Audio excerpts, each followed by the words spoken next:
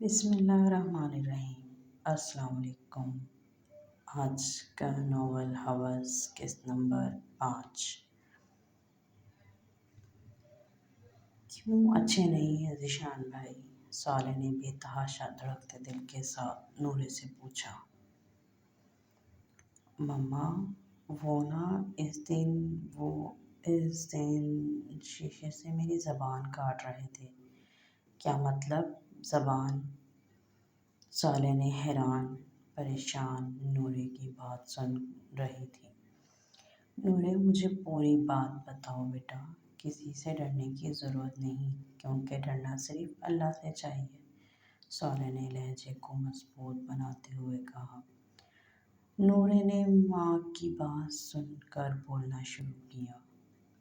مما اس دن میں ان کے گھر گئی تو گھر میں صرف ذیشان بھائی تھے۔ وہ مجھے کہتے اندر آ جاؤ، نمرا آنے والی ہے۔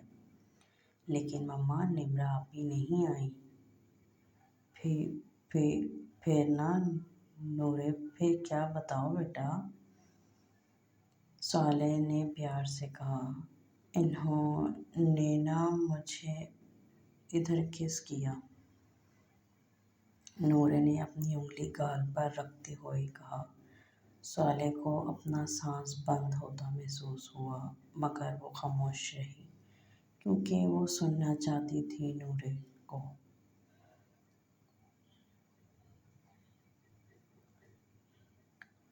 اور پھر ایک ایک کر کے نورے نے تمام باتیں صالح کو بتا دیں۔ وہ الفاظ نہیں تھے جو نورے کی زبان سے ادا ہوئے تھے، وہ پتھر تھے جن کا وزن صالح اپنے سینے پر محسوس کر رہی تھی۔ آنسوؤں کی صورت میں جلتا پانی تھا جو صالح کی آنکھوں سے مسلسل بہہ رہا تھا۔ نورے آپ نے پوری بات بتائی ہے نا؟ کچھ چھپایا تو نہیں نا بیٹا؟ صالح نے ڈرتے ڈرتے نورے سے پوچھا۔ جی مما، نورے نے آہستہ آواز میں کہا۔ صالح نے اٹھ کے ٹیبل پہ رکھے جگ سے پانی پیا اور واپس بیڈ پہ بیٹھ کر نورے کو عین اپنے سامنے بٹھایا۔ نورے کہیں اس نے ویڈیو کی طرح چھوا تو نہیں؟ صالح نے کس طرح یہ الفاظ ادا کیے یہ صرف اللہ جانتا ہے یا وہ خود؟ نہیں مما، انہوں نے مجھے یہ دکھا دیا تھا تو مریم آ گئی تھی اور ذیشان بھائی مجھے آنے ہی نہیں دے رہے تھے۔ مریم مجھے زبردستی لائی تھی۔ صالح کے دل میں سکون کی ایک لہر دوڑ گئی کیونکہ اللہ نے ان کی سن لی تھی۔ نورے اس وحشی کے ناپاک ارادوں سے بچ چکی تھی لیکن پھر بھی صالح مریم سے بات کرنے کا ارادہ رکھتی تھی کیونکہ ایک عورت کو ہر چیز سے پیاری عزت ہوتی ہے، وہ عزت اس کی ہو، اس کی بیٹی کی یا بہن کی ہو یا کسی بھی عورت کی، یہی عزت کو اتنا بزدل بناتی ہے کہ وہ خودکشی جیسے حرام موت کو چن لیتی ہے، اور یہی عزت عورت کو اتنا مضبوط بناتی ہے کہ وہ ہر اس شخص سے لڑ جاتی ہے جو گندی نظروں سے دیکھے، ہر اس ہاتھ کو کاٹنا جانتی ہے جو برے ارادے سے اس کی طرف بڑھے۔ نورے بیٹا، جو باتیں آپ نے مجھے بتائی ہیں وہ آپ آج کے بعد کسی سے بھی نہیں کرو گی، سمجھ گئی نا بیٹا؟ جی مما، نورے نے اس بات میں سر ہلایا۔ اور بیٹا، ہر مرد برا نہیں ہوتا، ہر کوئی ذیشان جیسا گندا نہیں ہوتا۔ بیٹا، آپ نے مجھے بتانے کی بجائے اپنے بابا سے باتیں کرنا، ان سے پیار لینا چھوڑ دیا۔ نورے بابا اور بھائی کو تو اللہ پاک نے محافظ بنایا ہے، محافظ یعنی حفاظت کرنے والا، گندے لوگوں سے بچانے والا۔ نورے کے نا سمجھی سے دیکھنے پر صالح نے آسان الفاظ میں سمجھایا۔ بیٹا، آپ کے بابا آپ سے بہت پیار کرتے ہیں، آپ نے ان کو کیوں دور کیا خود سے؟ مما میں بہت زیادہ ڈر گئی۔ مما میں بابا سے سوری کر لوں گی، نورہ نے تجویز پیش کی۔ ہاں یہ ٹھیک ہے، صالح نے پیار سے نورے کو گلے لگاتے ہوئے کہا۔ اور نورے، آئندہ کچھ بھی آپ مجھ سے نہیں چھپاؤ گے؟ جی مما۔ چلو سو جاؤ میرا بچہ۔ صالح نورے کو گلے لگا کر سونے کے لیے لیٹ گئی، لیکن نیند کہاں آنی تھی ساری رات۔ وہ آنسو بہاتی رہی، کبھی شکر کے کہ اس رب نے نورے کی عزت بچا لی، اور کبھی ندامت کے کہ نگار بیگم نظر شناس عورت تھیں، کاش کہ ان کی بات مان لیتی تو نورے اس اذیت سے بچ جاتی جو اس نے سہی تھی۔ نورے کے بالوں میں ہاتھ پھیرتی صالح کے چہرے پر اب اطمینان آنے لگا تھا، کیونکہ کافی عرصے بعد نورے کے چہرے پر کوئی خوف نہیں تھا۔ ذیشان بھائی، اٹھ جائیں، جمعے کا دن ہے، آج تو فجر پڑھ لیں۔ روحان پچھلے 10 منٹ سے ذیشان کو اٹھانے کی کوشش کر رہا تھا، مگر ذیشان نے چادر کو ایک جھٹکے سے مزید سر تک تان لیا، جس سے اس کا موبائل روحان کے پاؤں میں جا گرا۔ روحان نے جھک کر موبائل اٹھایا تو ایک انتہائی شرمناک ویڈیو چلتی ہوئی نظر آئی۔ روحان نے لاحول پڑھ کر فوراً موبائل کی اسکرین آف کر دی اور موبائل جیب میں ڈال کر رضا صاحب کے ہمراہ مسجد کے لیے نکل گیا۔ 7 بجے دونوں باپ بیٹا نماز اور تلاوت قرآن پاک کے بعد گھر آئے تو ابھی تک سب سو رہے تھے۔ رضا صاحب کے گھر میں صرف وہ اور روحان ہی تھے جو نماز کے پابند تھے، باقی سب تو نماز کو بھی موڈ ہونے پر پڑھتے ورنہ نہیں پڑھتے۔ روحان بیٹا، یہ سب تو نہ جانے کب اٹھیں گے، تم ایسا کرو 2 کپ چائے بنا لو، دونوں ساتھ پیتے ہیں۔ جی ابو، لاتا ہوں۔ یہ لیں ابو، اپنے ہاتھ سے چائے بنا کر لایا ہوں، وہ بھی آپ کے لیے، روحان نے فخریہ انداز میں کہا۔ ارے واہ واہ، تمہاری بیوی تم سے بہت خوش رہنے والی ہے روحان، رضا صاحب نے ہنستے ہوئے کہا۔ اس کو تھوڑی بنا کر دوں گا، یہ مہربانیاں تو صرف آپ کے اور امی کے لیے ہیں، روحان نے اترا کر کہا۔ یہ تو وقت بتائے گا بیٹا جی۔ چائے سے فارغ ہو کر رضا صاحب اپنے کمرے کی طرف چل دیے اور روحان کے قدم ذیشان کے کمرے کی طرف مڑ گئے۔ ذیشان بھائی، ذیشان کو بستر پر نہ پا کر روحان نے آواز دی۔ واش روم کا دروازہ بند دیکھ کر روحان وہیں کرسی پر بیٹھ گیا۔ تھوڑی دیر بعد ذیشان شاور لے کے نکلا تو روحان کو سامنے بیٹھا دیکھ کر چونکا۔ تم صبح صبح یہاں، خیریت ہے؟ ذیشان نے ٹاول سے بال رگڑتے ہوئے پوچھا۔ جی آپ سے بات کرنی تھی۔ ہاں بولو، کیا بات ہے؟ ذیشان نے سامنے بیٹھتے ہوئے کہا۔ یہ سب کیا ہے بھائی؟ روحان نے ذیشان کے موبائل میں چلتی ویڈیو اس کے سامنے کر دی۔ اپنی حد میں رہو روحان، تم ہوتے کون ہو میرے موبائل کو چیک کرنے والے؟ ذیشان نے غراتے ہوئے کہا۔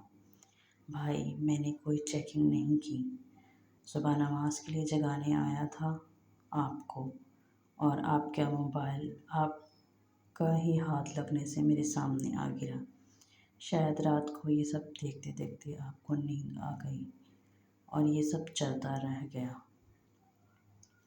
ذیشان بھائی، موت برحق ہے، نیند کی جگہ موت بھی آ سکتی تھی۔ سوچیں اگر موت آ جاتی تو حالت گناہ میں آتی اور پھر روز محشر اسی حالت میں اٹھائے جاتے، اور اگر صبح میری جگہ بابا یہ سب دیکھ لیتے تو کیا گزرتی ان پر؟ آپ خود سوچیں ایک لمحے کے لیے۔ ذیشان کے چہرے پہ خوف نمودار ہوا، لیکن اگلے ہی لمحے بے ضمیری خوف پر غالب آ گئی۔ روحان، 1 منٹ سے پہلے دفع ہو جاؤ یہاں سے، ذیشان نے غصے سے آگ بگولا ہوتے ہوئے کہا۔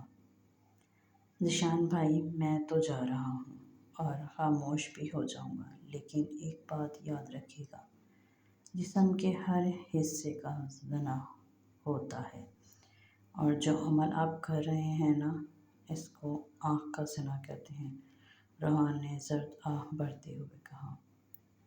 اور ہاں، ایک اور بات یاد رکھیے گا، زنا ہے، قرض ہے، کبھی نہ کبھی اتارنا تو پڑتا ہے۔ اتنا نہیں تو نمرہ اور نائلہ کا ہی سوچ لیں۔ اتنا کہتے ہی روحان کمرے میں رکا نہیں تھا اور ذیشان غصے سے تلملا کر رہ گیا۔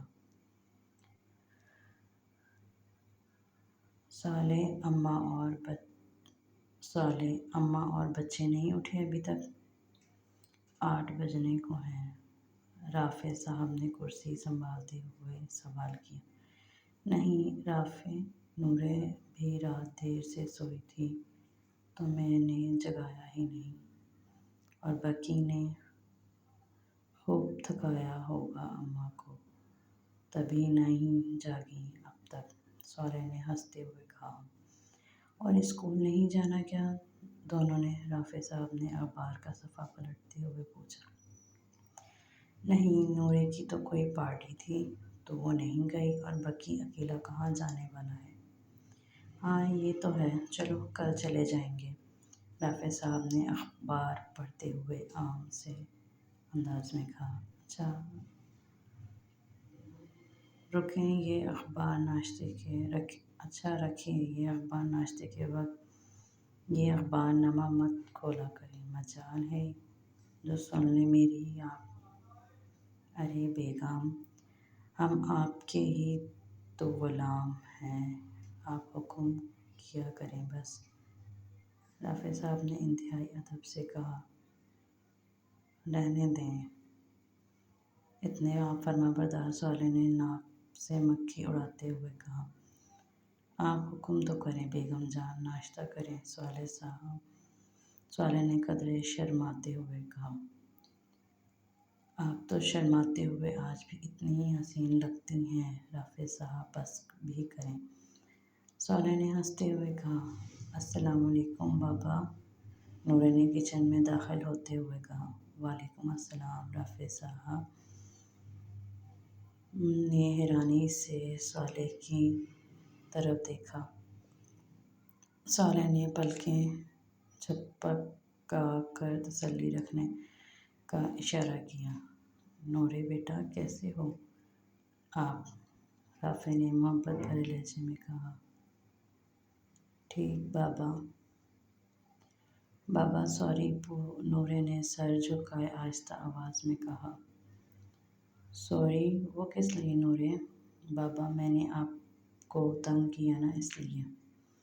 نورے سوری مت کہو بیٹا، مجھے معلوم ہے آپ کی طبیعت خراب تھی، اس لیے آپ پریشان تھی، رافع صاحب نورے کو تسلی دی۔ جی بابا، اب میں ٹھیک ہوں میرا بیٹا۔ ٹھیک ہے تو اس خوشی میں آج کچھ اسپیشل نہ ہو جائے؟ ہونا تو چاہیے، صالح بھی مسکرانے لگی۔ نورے جاؤ، شاباش، بھائی کو جگاؤ اور دادو کو بھی، پھر ہم سب کچھ پلان کرتے ہیں۔ اوکے بابا، نورے خوشی سے بھاگتی ہوئی اندر گئی۔ صالح، نورے کو کیا ہوا تھا؟ نورے کے جاتے ہی رافع صاحب نے پکارا۔ ڈر گئی تھی نورے، رافع ٹی وی پہ ریپ کے باعث ہونے والی بچی کی تصویر بار بار دکھا رہے تھے، وہیں سے ڈر گئی تھی، صالح نے بات بنائی۔ تمہیں خود بتایا ہے اس نے صالح؟ جی، رافع رات ہی بتایا ہے، پھر میں نے سمجھایا اس کو کہ بابا اور بھائی تو محافظ ہوتے ہیں، ان سے نہیں ڈرتے۔ اور یہ ٹی وی ذرا اپنی نگرانی میں دکھایا کرو بچوں کو، رافع صاحب ذرا سی تیز آواز میں بولے۔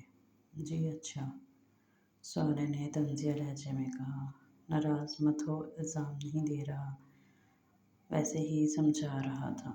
جی بہتر، صالح کے برتن سمیٹتے ہوئے جواب دیا۔ رضا صاحب، وہ انور صاحب کی بیوی روز فون کرتی ہیں کہ نائلہ کے لیے کوئی جواب دو، کیا کہتے ہیں؟ پھر دیکھنا ان کے گھر بار، فرحت نے تجویز دی۔ ہاں، کہیں نہ کہیں کرنا تو ہے فرحت، چلو دیکھ آتے ہیں پھر کسی دن، پسند آ گیا سب تو کر دیں گے، ورنہ اللہ مالک۔ رضا صاحب نے پھر سوچ انداز میں کہا۔ فرحت، فون کر کے بتا دینا انور صاحب کی بیوی کو، اس پیر کو چلتے ہیں۔ پھر وہ ہاں، صالح اور رافع کو بھی لیتے چلیں گے، پیر کو ہی چلیں گے رضا، اور کوئی ضرورت نہیں ہے۔ رضا صاحب، اس صالح اور اس کے بچوں کو کتنا کیا ہے ہم نے، اپنے منہ کا نوالا ان کے منہ میں دیا ہم نے، اور اب خواہ ماتھے پہ آنکھیں رکھ لی ہیں۔ صالح بی بی نے 2 ماہ ہونے کو آئے نہ خود قدم رکھا، اور ہاں، اور تو اور بچوں کو بھی آنے نہیں دیتی۔ رضا، آپ کو پتہ تو ہے نمرہ کا گزارا کہاں ہوتا ہے نورے کے بنا۔ پھر بھی صالح نے نورے کو نمرہ کے ساتھ نہیں بھیجا۔ بس پھر اس دن میں نے نمرہ کی بات بھی خوب کلاس لی، وہ اپنی چٹاک بھر لڑکی کو 7 پردوں میں رکھتی ہے تو ہم بھلا بغیرت ہیں جو اپنی جوان جہاں بیٹی کو جانے دیں۔ فرحت، جو نہ جانے کب سے بھری بیٹھی تھی، ساری بھڑاس آج ہی نکال دی۔ توبہ ہے فرحت، ایک ذرا سی بات کی تھی، 1000 باتیں سنا دیں۔ اللہ جانے کب کب کی باتیں دل میں بٹھائے رکھتی ہو تم، معاف کرنا سیکھو فرحت بیگم، یہاں آسانی سے معاف کر دو گی تو آگے بھی آسانی سے معاف کر دی جاؤ گی۔ بس کر دیں رضا، ایک تو آپ بات بات پہ مجھے دوزخ کا ڈراوا نہ دیا کریں، اپنے بیٹے کو بھی انہی کاموں میں لگا دیا ہے، وہ بھی 24 گھنٹے ملا بنا رہتا ہے۔ فرحت بیگم نے روحان کی بات کی تھی۔ توبہ ہے میرے مالک، توبہ ہے، تو ہی بچا ان عورتوں کے شر سے۔ رضا صاحب تنگ آ چکے تھے۔ امی ابو، کھانا لگا دیا، اب لڑنا بند کر دیں اور آ جائیں کچن سے نمرہ کی آواز آئی۔ رافع صاحب بچوں کو گھمانے لے کر جا چکے تھے، ارادہ تو ان کا سب کو لے کر جانا تھا، لیکن اماں باضد تھیں کہ وہ گھر پر اس لیے وہ بھی نہیں گئیں۔ دونوں ساس بہو نے دوپہر کا کھانا کھایا اور چائے پی کر اماں تو سو گئیں۔ اماں کے سوتے ہی صالح نے چادر پہنی اور سامنے والی مونا کے گھر کا رخ کیا۔ صالح کا دروازہ بجاتے ہی مونا نے دروازہ کھولا۔ ارے صالح، تم آج کیسے؟ مونا نے خوش دلی سے صالح کو مخاطب کیا۔ مونا باجی، میں بالکل ٹھیک ہوں، آپ سنائیں؟ الحمدللہ، میں تو ٹھیک ہوں، لیکن اندر تو آؤ۔ صالح، مونا باجی معذرت، پھر کسی دن آؤں گی، ابھی دراصل میں مریم کو بلانے آئی ہوں، وہ رافع اور بچے تو نکل گئے سیر کو، اماں تو کھانا کھا کر سو چکی ہیں، تو میں نے سوچا مریم کو بلا لوں، تھوڑا وقت گزر جائے گا۔ اچھا، کوئی بات نہیں، تم چلو، میں بھیج دیتی ہوں مریم کو۔ بہت شکریہ مونا باجی، کسی دن میں اور نورے بھی لگائیں گے چکر، صالح نے مروت کہا۔ ہاں، ضرور آنا، مونا نے بھی خوش دلی سے کہا۔ تقریباً 10 منٹ بعد دروازے پر دستک ہوئی، تب تک صالح نے آلو کی چپس فرائی کر لی تھیں۔ آ جاؤ مریم، تمہارا ہی انتظار کر رہی تھی میں۔ صالح نے دروازہ کھولتے ہی کہا۔ کیوں آنٹی؟ ایسے ہی تم سے بات کرنے کے لیے۔ آ جاؤ اندر، کمرے میں بیٹھتے ہیں۔ صالح نے کچن سے چپس اور جوس اٹھا کر ٹرے میں رکھے اور کمرے کی طرف چل دی۔ بیٹھ جاؤ مریم، کھڑی کیوں ہو؟ جی آنٹی، مریم نے بیڈ پہ بیٹھتے ہوئے کہا۔ مریم نورے سے صرف 3-4 سال بڑی تھی، لیکن انتہائی سمجھدار اور خاموش طبع کی مالک تھی۔ گھر سے اسکول اور اسکول سے گھر کا آنا جانا تھا اس کا۔ پہلے کبھی کبھی نورے سے کھیلنے آ جاتی تھی، لیکن عرصہ ہوا اس بات کو بھی ہمیشہ اپنے آپ کو چادر نما دوپٹے میں لپیٹے رکھتی۔ آنٹی، نورے کہاں ہے؟ مریم نے کمرے میں پھیلی خاموشی کو توڑا۔ نورے اور بکی اپنے بابا کے ساتھ آؤٹنگ پہ گئے ہیں۔ اچھا مریم، میں نے تم سے ایک بات کرنی تھی بیٹا، پلیز بغیر خوفزدہ ہوئے میں جو کچھ پوچھوں سب صحیح بتانا۔ صالح نے تمہید باندھی۔ جی پوچھیں، مریم نے سادگی سے کہا۔ بیٹا، اس دن جب میں نے نورے کو بلانے بھیجا تھا تمہیں ذیشان کے گھر، اس دن کیا ذیشان اکیلا تھا گھر پر؟ اور کیا وہ نورے کو نہیں آنے دے رہا تھا تمہارے ساتھ؟ صالح نے بات کا آغاز کیا۔ جی آنٹی، وہ اکیلا تھا اور نورے کو نہیں آنے دے رہا تھا۔ وہ تو میں نے بار بار کہا کہ نورے کی مما نے کہا ہے ساتھ لے کر آنا، میں نورے کو ساتھ لے کر ہی جاؤں گی، تو نورے خود اس کو پیچھے کر کے باہر نکل آئی۔ مریم نے ساری بات بتائی۔ صالح نے شکر ادا کیا کہ اللہ نے مریم کو وسیلہ بنا کر نورے کو اس درندے سے بچا لیا۔ آنٹی، صالح مریم کے پکارنے پر چونکی۔ ہاں بیٹا؟ آنٹی، وہ ذیشان اچھا نہیں ہے، نورے کو وہاں مت بھیجا کریں۔ یعنی اس نے تمہارے ساتھ بھی؟ صالح بات کرتے کرتے رک گئے۔ جی آنٹی، مریم نے اس بات میں سر ہلایا۔ مریم، مجھے پوری بات بتاؤ، میں کسی کو نہیں بتاؤں گی، تم یقین کرو میرا۔ مریم پہلے تو خاموش بیٹھی رہی، پھر آہستہ آواز میں بولنا شروع کیا۔ 10 سال کی تھی میں جب ذیشان نے پہلی بار مجھے چھوا۔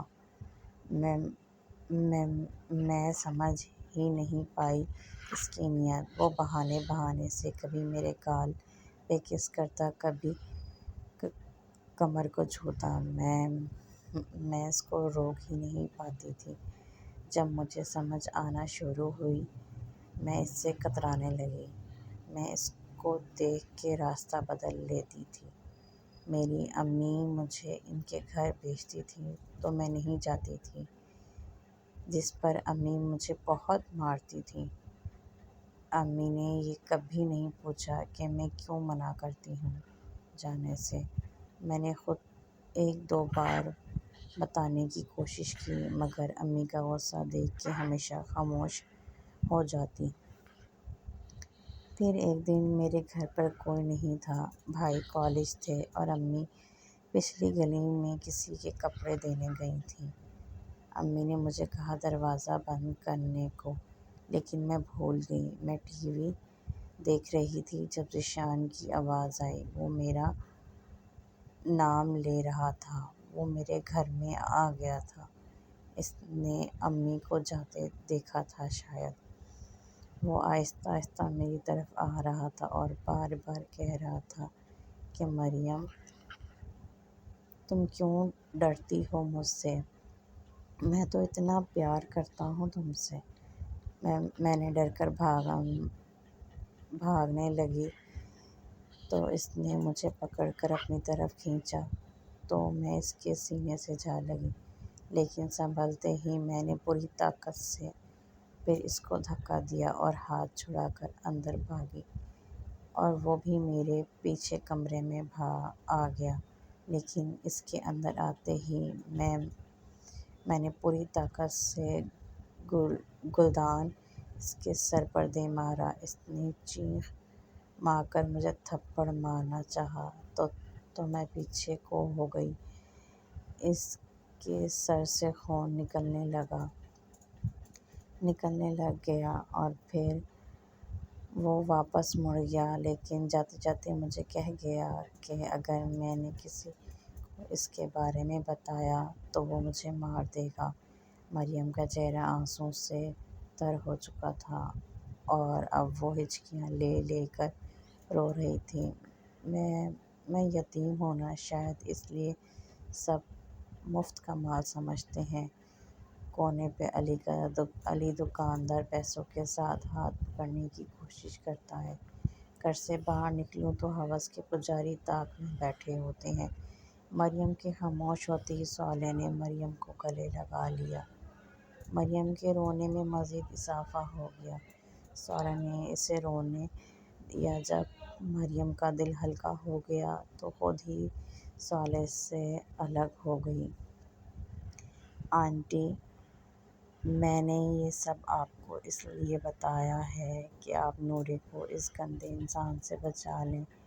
جب آپ نے مجھے اس کے گھر بھیجا تھا، میرے دروازہ بجاتے ہی کچھ ٹوٹنے کی آواز آئی اور ذیشان کے چیخنے کی بھی، تو میں نے زور زور سے دروازہ بجانا شروع کر دیا۔ مریم میری جان، تمہاری وجہ سے میری بیٹی کی عزت بچی۔ اللہ تمہیں دونوں جہانوں میں کامیاب کرے، تمہیں تمام جہانوں کی خوشیاں دے، آمین ثم آمین۔ مریم کب کی جا چکی تھی، لیکن صالح کا دماغ وہیں اٹکا ہوا تھا۔ مما ہم آ گئے، نورے اور بقی کی چہچہاتی ہوئی آواز پہ صالح سوچوں کے بھنور سے باہر نکلے۔ دونوں نے گھر کو سر پر اٹھایا ہوا تھا۔ اماں بھی آ چکی تھیں۔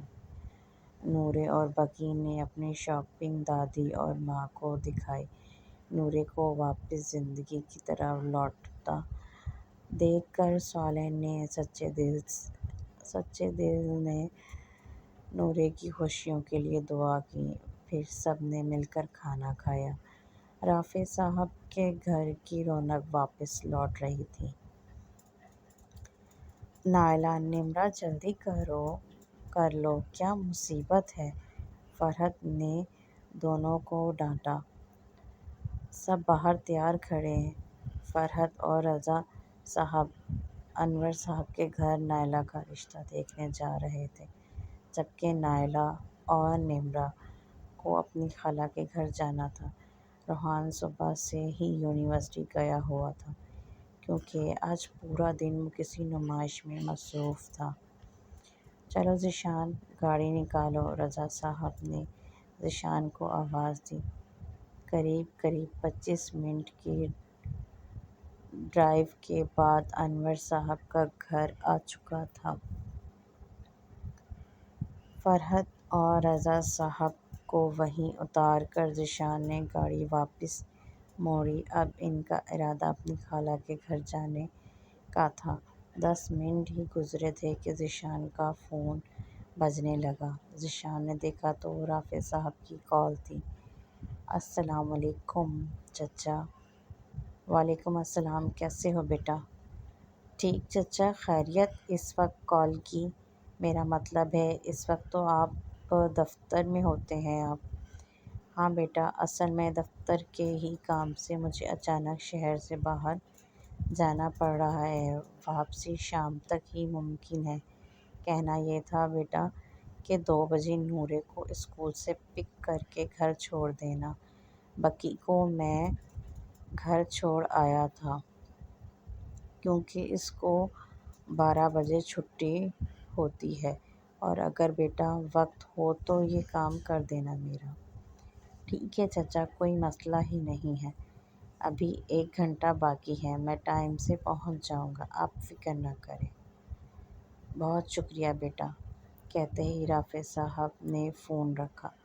مزید 5 منٹ کے بعد گاڑی ایک گھر کے سامنے رکی۔ چلو اترو دونوں، گاڑی روکتے ہی ذیشان نے کہا۔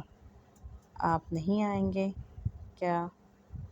نمرہ نے سوال کیا۔ نہیں، تم لوگ جاؤ، مجھے کام سے جانا ہے۔ اوکے، کہتے ہی دونوں گاڑی سے اتر گئیں۔ ذیشان نے گاڑی کی رفتار بڑھا دی۔ آئی ایم کمنگ نورے، آئی ایم کمنگ، ذیشان نے زیر لب مسکراتے ہوئے کہا۔ جاری ہے، کامنٹ کر کے اپنی قیمتی آراء سے نوازیں، اور بہت شکریہ آپ کا میری ویڈیو دیکھنے کا۔